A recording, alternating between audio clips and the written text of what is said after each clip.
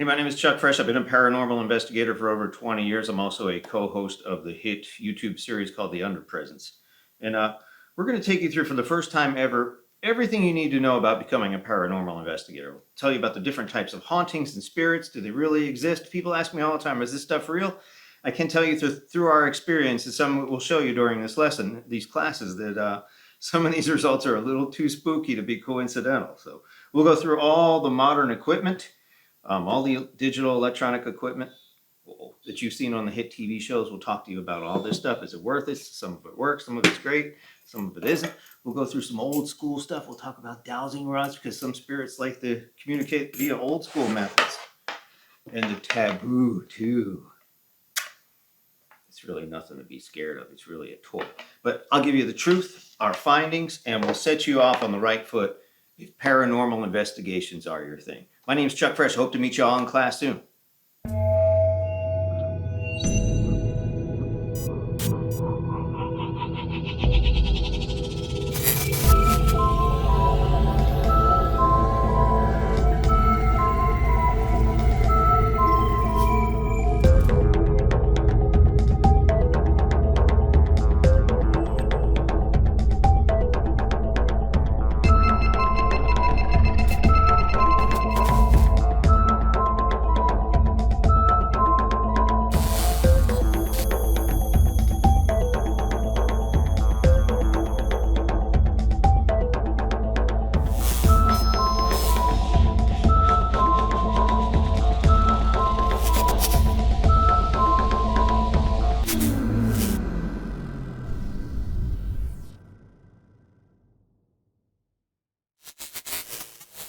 Greetings, my fellow mortal beings. This is Ghost Hunting 101, Evidence and Critical Thinking. It's important to start here, and you'll find out why as I explain things, why that's so important. My name is Chuck Fresh, and I play a character on the TV series called The Underpresence. Our group scours the earth for the most haunted locations and performs professional paranormal investigations with the latest technology. Our first season had 6 episodes that showcase some crazy experiences.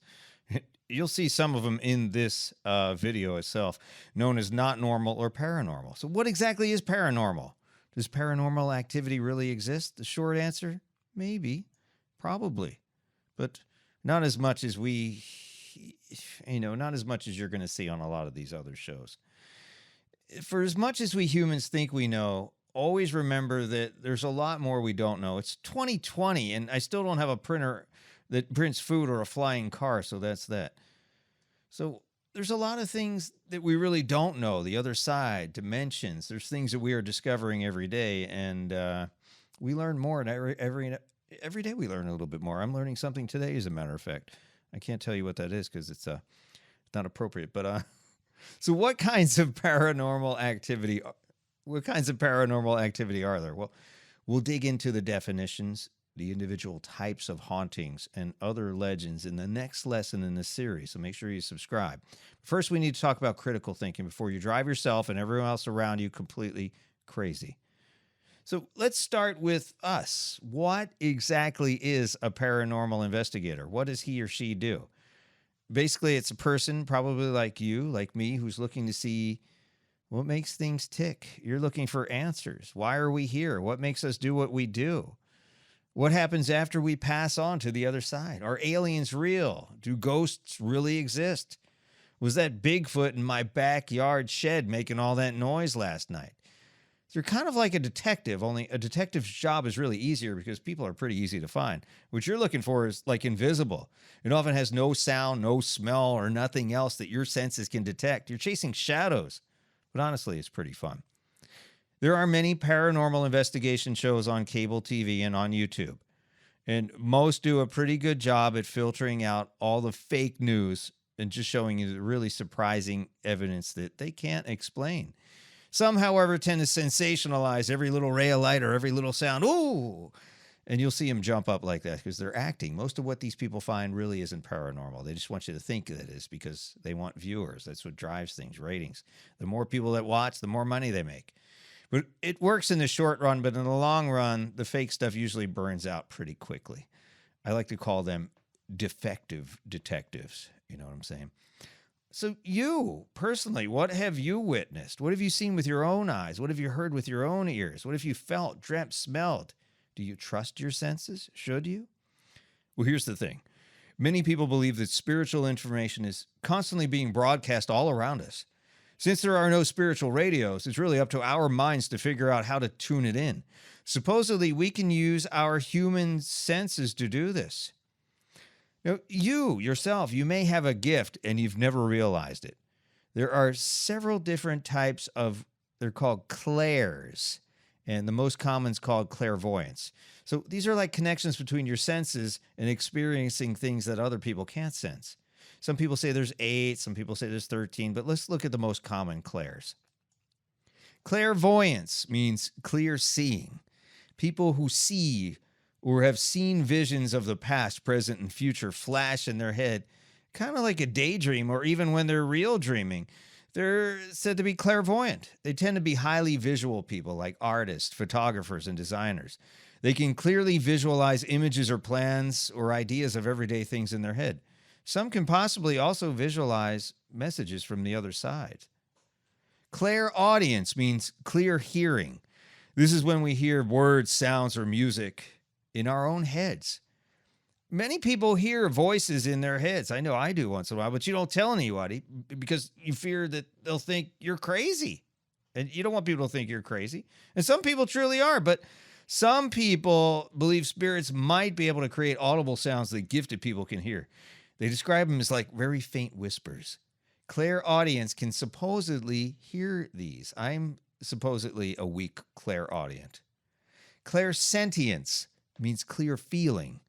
Some people say they can actually feel or sense another person's or spirit's emotions or physical pain. We write this off as a gut feeling. You know, that feeling you get when you meet somebody, and whether you like them or don't like them, although you've never really talked to them. So people have this inner sense. Some people call it the sixth sense. So some people get an overwhelming sadness or happiness or the chills from out of nowhere that might just come from the emotional energy of a person or spirit, someone around us. I feel this every day, to be honest with you. Most of the time, I have no idea where it's coming from or why it's affecting me. Clairalience means clear smelling. This is being able to smell odors that don't have any kind of physical source. Most commonly, it's flowers, perfume, or maybe the cigarette smoke of a deceased person. I'm strongly clairalient. I've smelled a strong whiff of a cigar in a haunted hotel, and the 10 people who were around me that day on film smelled nothing. I was the only one who smelled it, and I found out later on that this guy that we were investigating actually liked cigars. So he was, or it, or whatever it was trying to send me a message. Or I'm nuts, and that's always a possibility too. Clairgustance, it's a weird word, means clear tasting. This is the ability to taste something that isn't actually there. This experience oftentimes comes out of the blue when the spirit's attempting to communicate a memory or association with a particular food or beverage that could remind us of them. Clairgustance, I have to warn you, can also be clairgusting. Some people have reported tasting dirt, metal, regurgitated puke, or what they've described as human flesh. Ew. It's a little weird and the most uncommon, but some people say they've experienced this. Claircognizance means clear knowing. It's different from clairsentience since this is general knowledge, not specifically about one single person. This is when we have knowledge of people or events that we've never heard of or never learned before. I like to call it the internet connection to the universe.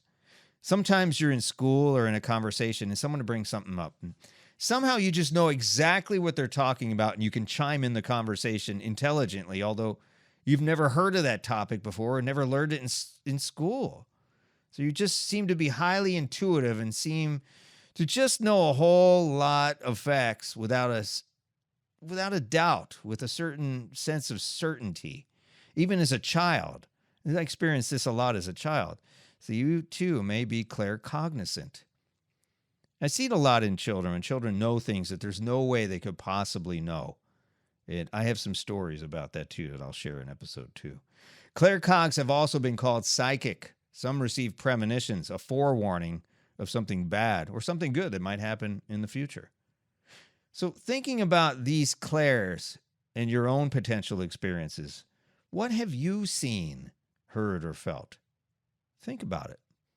And feel free to share it in the comments, in the classroom, or underneath the video. We'd love to hear about it. And I'm sure a lot of other people have felt similar things, and they'd love to share their experiences as well. So definitely do that.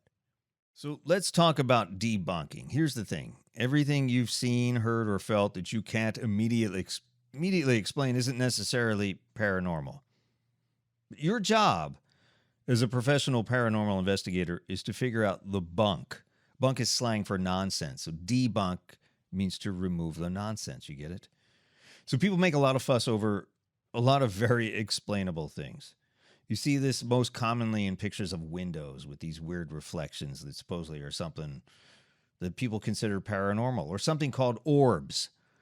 Light can do some crazy things, and some of those things are or look pretty unusual, but are they paranormal? Typically not. Once in a while, you'll see that one thing that you simply can't debunk, and that's the evidence that you'll want to share with the world. Everything else, throw the bunk into the junk pile. So before we do anything, let's think critically. Let's look at the primary methods of debunking paranormal evidence. 1, coincidence. Weird things happen all the time, every day. Meeting someone at the same place at the same time. Some people call it random. Is it? Probably not. Someone flipping on a switch the moment you walk into a room without knowing you're coming in. An electronic timer set precisely the moment you intend to do something. A bolt of lightning just when you said something ominous. These things happen every day. They're kind of random, but they happen. They're extremely rare, but they seem to be much more common as a paranormal investigator when you're chasing the unknown. I mean, things just kind of unfold around you, and you have to learn to recognize these coincidences. So the first thing you'll look for while debunking are logical explanations having to do with the timing. The real reasons something happened, or that you sensed something that seemed to be out of the ordinary or not normal or paranormal. That broom that fell over might not have been supported well. It might have meant to fall over at any time, and it just happened to do it while you were in the room.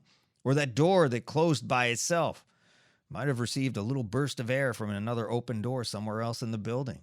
Or that chandelier that's swinging by itself might be the result of the building settling into the dirt below, and it had just enough of a force to move that chandelier.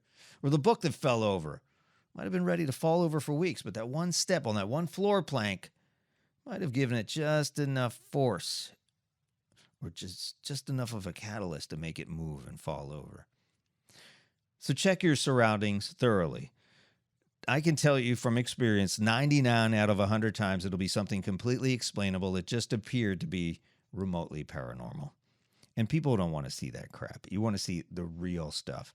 And believe me, eventually you will. 2, observer bias. If you're hunting wabbits, you're going to want to see wabbits. If you're hunting shadows, you can bet your bippy you'll notice every shadow in the building. You'll want to see something, man. Sometimes desperately. And your mind sometimes just makes it happen. And when you do see something or anything, regardless of your evidence, you just perceive it to be exactly what you're looking for. And that's the wrong thing to do, because you're essentially lying. This is known as bias, and we all do it. It's a disproportionate weight in favor of, or sometimes against, an idea or thing, usually in a way that's prejudiced or unfair. In the case of a paranormal investigator, it's much more common to claim you saw something that really wasn't there. I mean, sometimes at the time you might have believed it's there, but you kind of bias your way into believing something that you really didn't see, or wasn't really as cool as you thought it was the first time you saw it. So the best way to debunk observer bias is to record your observations with video and audio, and then play them back for someone else who hasn't ever seen the footage, and without telling them what to look for. Now, if they see what you saw, you're good. You've got some great stuff. Now, if they didn't, well, you better take a second look. So, is there a logical explanation for what you've considered to be paranormal? Well, you've got to combine your potential coincidences with your potentially biased observations and decide if you really have a story to tell. If it legit passes your tests, dig in a little further. Look at it again. Look at it more closely. Attempt to repeat the incident. Think like a detective or a scientist and try to prove your theory as best you can beyond a reasonable doubt. Now, I'm going to tell you, it's hard in the beginning of your paranormal investigative journey to discount anything. You want to see something. You want to prove that you saw something. But once you've done this for a while, you'll begin to learn what to throw away automatically. You'll be like, no, that's nothing. I've seen that before. There's a reason behind that. Now, let's talk briefly about investigative equipment. We're going to talk about this in depth a little bit later on, but for now, just to kind of breeze over it so you know some of the terminology you might hear in the next couple of classes. There's a whole lot of technology widely available used to investigate the paranormal. Some is old school, some is high tech. Most of it, fortunately, is fairly affordable. We'll actually do an entire class or two of the equipment to cover exactly what each component does and exactly how to use it, which has never been done. Today, we'll give you just enough of a brief overview that it makes sense to you if you hear somebody talking about it. Let's talk about old school first. People have been hunting ghosts as long as humans have roamed the earth. Mythical creatures, aliens, superpowers, and other strange occurrences are documented everywhere in religious texts, hieroglyphics, cave paintings worldwide. It's everywhere. We are and always have been a very curious species. We're capable of thinking beyond our realm, so we ask the hard questions. Divination, you'll hear this term a lot, is the attempt to gain insight into a question or a situation by way of an occult process or ritual. Occult meaning not normal, not on this plane, not of this earth, through a different type of spiritual process. For thousands of years, diviners have shared their predictions of the future by reading signs, events, omens, through alleged contact with a supernatural agency in a number of different ways. They use things like tarot cards, astrology, reading tea leaves, numerology, pendulums, automatic writing, crystal balls, water scrying, literally hundreds of methods from all over the world throughout history. Ghost hunters use several forms of divination as well. We'll look into the two most popular methods. Not in depth, again, we'll go into that in a different episode, but let's talk about dowsing. Dowsing is a type of divination employed in attempts to locate groundwater for the most part, or sometimes buried metals or ores, gemstones, oil, grave sites, and many other objects and materials without the use of a scientific apparatus. So there's really no scientific evidence that's any more effective than it proves that dowsing is any more effective than a random chance. Now, some people in the old days, they used a Y-shaped twig that happened to fall on the ground from a tree or broke it off a branch or a bush or something.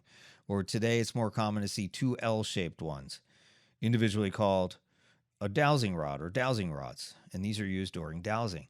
You line them up like so, and they're supposed to tell you where something is located. Some people say they can even give you directions or even respond to yes or no questions.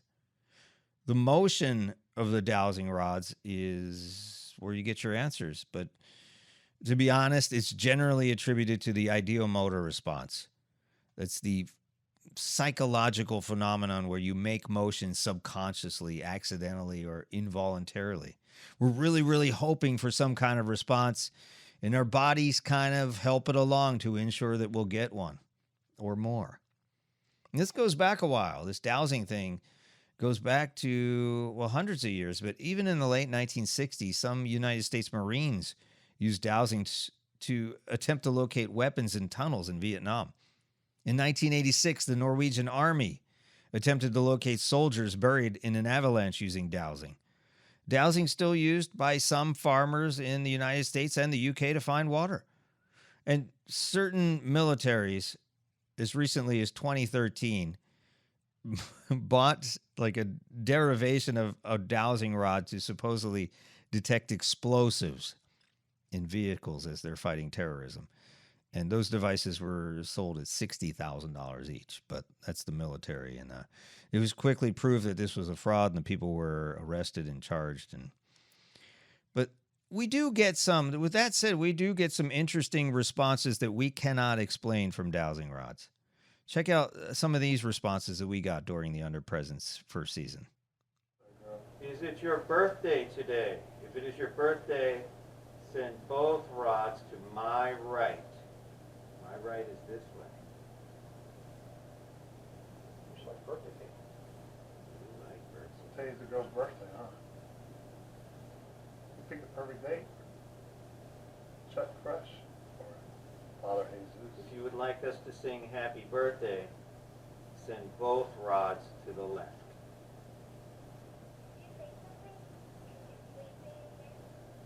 Both rods this way. Whoa. Oh, hey. It's a yes or no thing. You can use my energy. Oh. Do you want Steve to sing? No. Remember, Ricky. Happy birthday. Ethel, you can say hello to me. I know you're here. You said I'm right here in the restroom. Make an act for Steve, right here. Just trying. I can feel your presence right now, Ethel.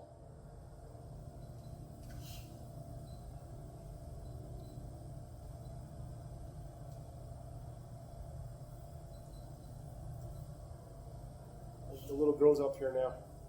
Little girl, is it you with the blue dress? Make an X.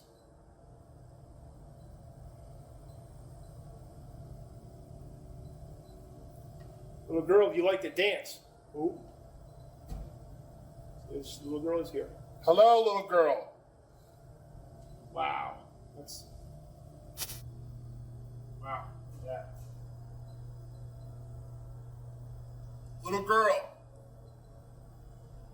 Has Steve helped you? Can you separate them now? Whoa. Wow. That's intense. Doing good work, Steve. And that meter behind you is going batshit crazy right now. You hear Am I speaking to a child? If so, cross the rods. Look at that. Your hands are completely still. How much is this? Is you doing this? He's not doing nothing. Are you Saint Christopher? Can you separate the rods for Jake if you are Saint Christopher? If you're St. Christopher, can you separate the rods? Use my energy. I feel you. I feel you coming through me. I can feel your power right here, your energy. You got any wider? They are getting wider. You feel it burning again? We have Angel. We got Angel on Yes. Now, spirit boards or talking boards like the Ouija board have existed for years. Some devices use these things called planchettes, the things that you hold when you operate a Ouija board. Early planchettes had a hole so a pencil could actually write an answer. If you've never used a Ouija board, the concept's pretty straightforward. With a group of 2 or more people, you place your hands lightly on the planchette. The board has the words yes or no in its top corners, an alphabet in the center, and the word goodbye at the bottom. The idea is to summon the spirits you want to communicate with, and they'll supposedly help you move the planchette around the board to spell out answers to any questions you ask, until they or you finally say goodbye and the spirits go back to wherever they came from.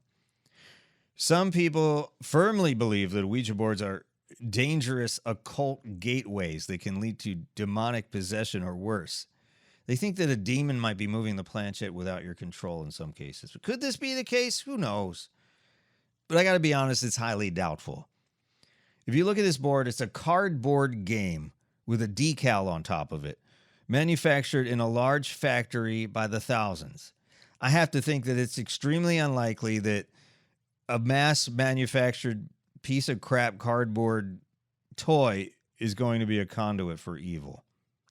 Now, all the stories you've heard and all the movies you've seen are bunk. I mean, they're made to make money. They're made to get viewers. Our board was actually, it's wood, real wood. It's made by somebody a long time ago. We found it buried in a cemetery. And to be honest, it's pretty boring. We've never got anything worthwhile from our Ouija board. They're all basically the same. From the cardboard ones to the wood ones to even some of the antiques that are supposedly haunted. I'm not buying a lot of it for the Ouija board. It's probably that sneaky ideomotor effect again, just like the dowsing rods. Your mind's influencing the answers you want to see. There's actually a scientific study that shows blindfolded participants playing Ouija spelling incoherent messages when they have the blindfold on, but more coherent messages when the blindfold's off. So there's that.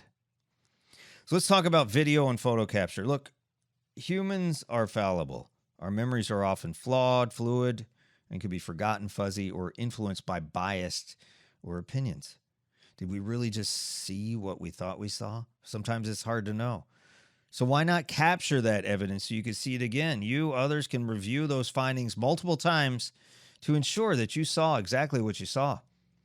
And now with every smartphone having a pretty good camera, it's easier than ever. Why do you think aliens stopped visiting the Earth after 2007, after the iPhone came out? We'll go into specifics about what equipment captures what in a later course. But for now, let's breeze over the important facts so you can talk the talk. First, regular HD video. We recommend you shoot as high of a resolution as you can store. Full HD is 1920 by 1080, or about 2 million individual pixels. 4K is 3840 by 2160, or about 8 million pixels. So 4K stores about roughly 4 times more information stored on each frame. So what's a frame? Well, a video, like you think of animation, if you've ever seen cartoons. Video, too, is made up of individual pictures, and those pictures are known as frames in video. The default setting for frames captured per second, these are so many frames per second it captures, on most video cameras is 24, 25, or up to 30. Those 3 capture rates are supposedly what humans perceive as continuous motion. You can't see any choppy gaps like you can. With some security cameras, they capture about 15 frames per second when you start seeing this kind of jagged video where things are moving almost fakely, you know. So you can capture up to about 60 frames per second with most consumer cameras and newer smartphones, but it's a little overkill. But I mean, the most you can store, it's always better. It's better to have more information than less. The trade-off is storage space. So the more frames and resolution you capture, the more space you're going to use, and you don't want to run out of space. So the challenge is figuring out what quality is good enough but won't suck up all your free space on your card or your device. There's also IR, or infrared video, typically used as night vision in dark areas. You see this weird black and gray footage from security cameras. Yes, you can literally film in almost complete darkness with an infrared camera because it's not really dark. Since most people seem to experience paranormal activity at night or in the dark, you might want something like an IR camera to capture your evidence. But I can tell you that we have captured evidence in a hotel during broad daylight during a Comic-Con, so there's that. Spirits don't sleep. So have a look at some of our debunked video footage from Season 1 of the Underpresence. We'll show you some infrared and some regular HD capture and see what you think. I call upon your spirit to use my energy and tell us your story. Did you kill Ethel Allen? What was that spike? Proximity with the EMF with 0.0 and 1.6.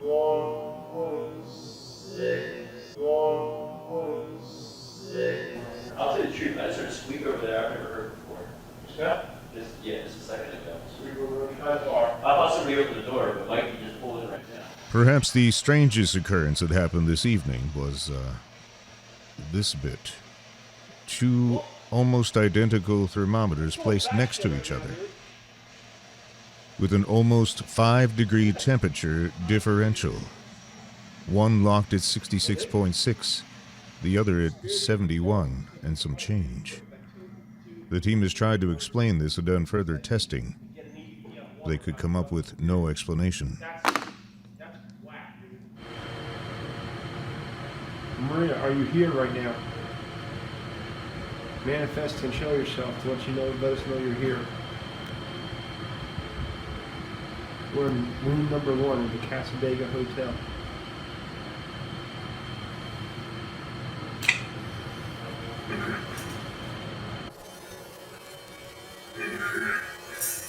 Something strange happened on the camera in that room. Watch it here. It looked like there was a dimensional shift in time. Is it possible?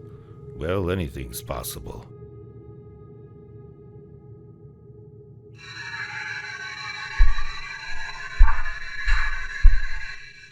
And then the door was jammed shut for a minute.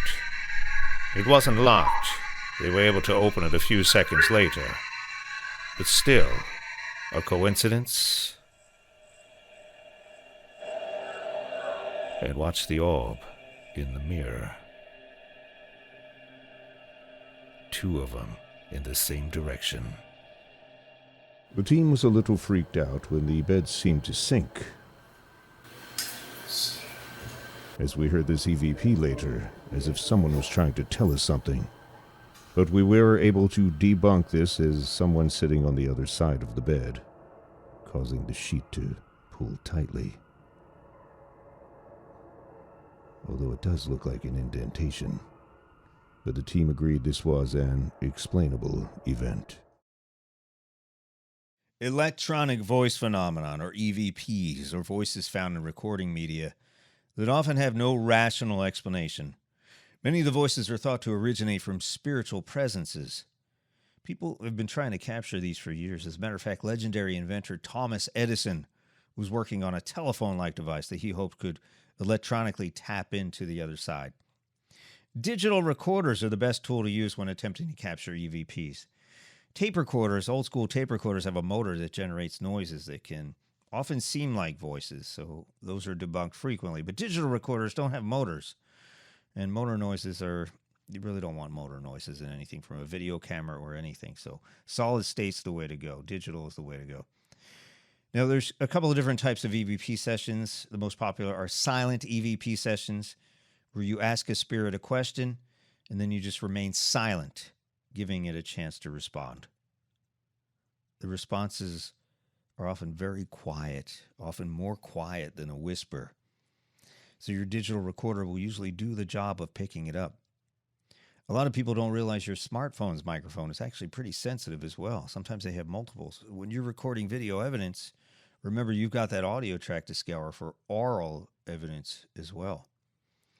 There's a bunch of apps that you'll find for iPhones and Androids for EVPs that developers will promise help you communicate with the other side. But I got to tell you, being a former software engineer, I can tell you all these things do are generate words randomly from a predefined dictionary.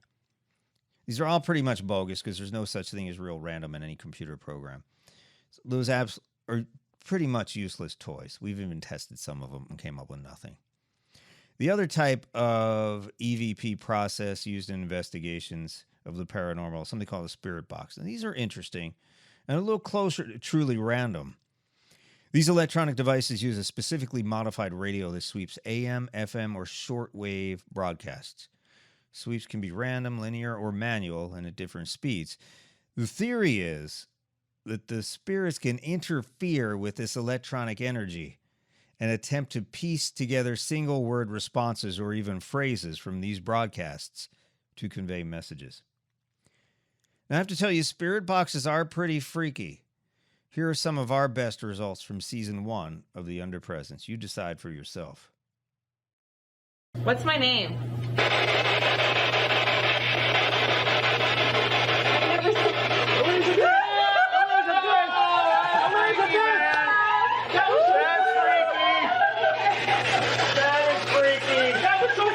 Are you at peace right now?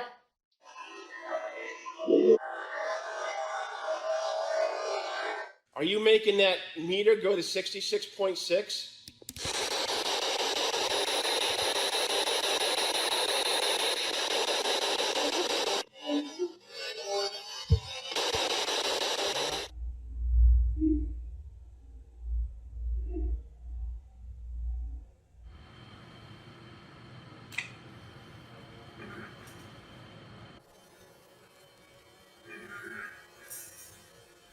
What is your name?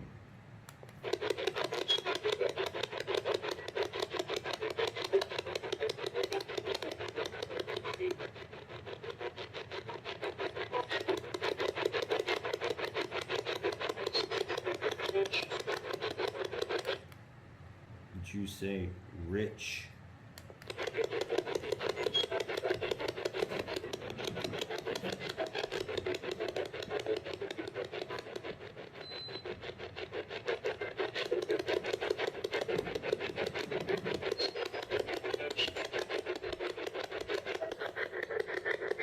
Maria, are you a young child? Were you here communicating with us earlier? Jack Allen, are you at peace right now?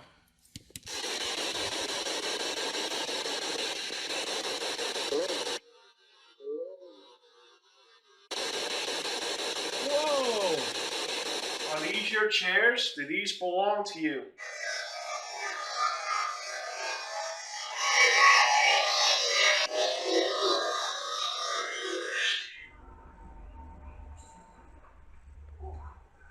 It sounds like two individual voices. The team was a little freaked out when the beds seemed to sink. As we heard this EVP later, as if someone was trying to tell us something. Is your name Arthur?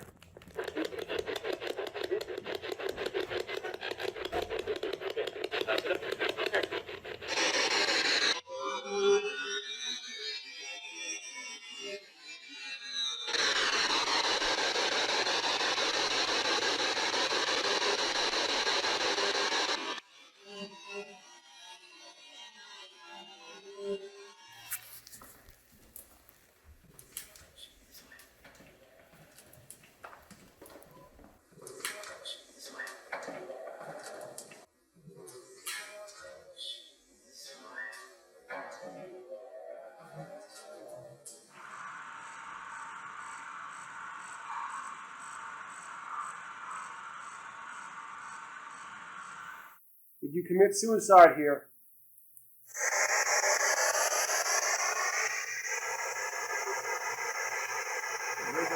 Do you like to smoke cigars and drink gin?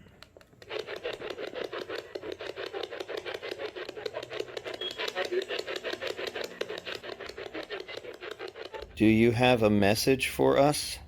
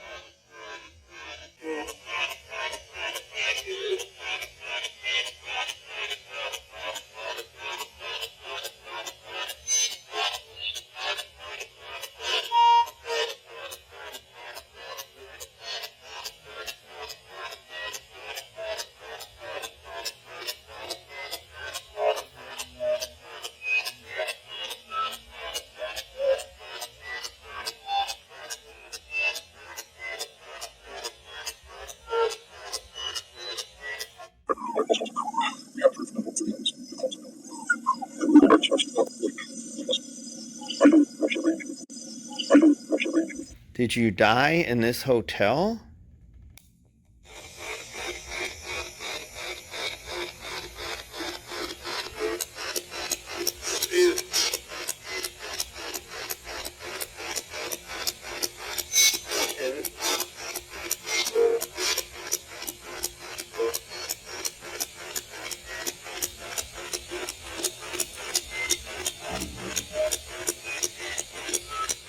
So, as a paranormal investigator, you'll learn to think critically. You'll be objective about things. You'll learn how to debunk things that are probably not paranormal.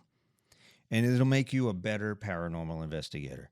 Stay tuned to this series. I've got more videos coming up. We're going to talk about all the different legends, all the different types of hauntings, the equipment, and actually the steps in making your first paranormal investigation, everything you need to do so you don't end up in some kind of trouble. My name is Chuck Fresh. Thanks for watching, and we'll catch up with you soon.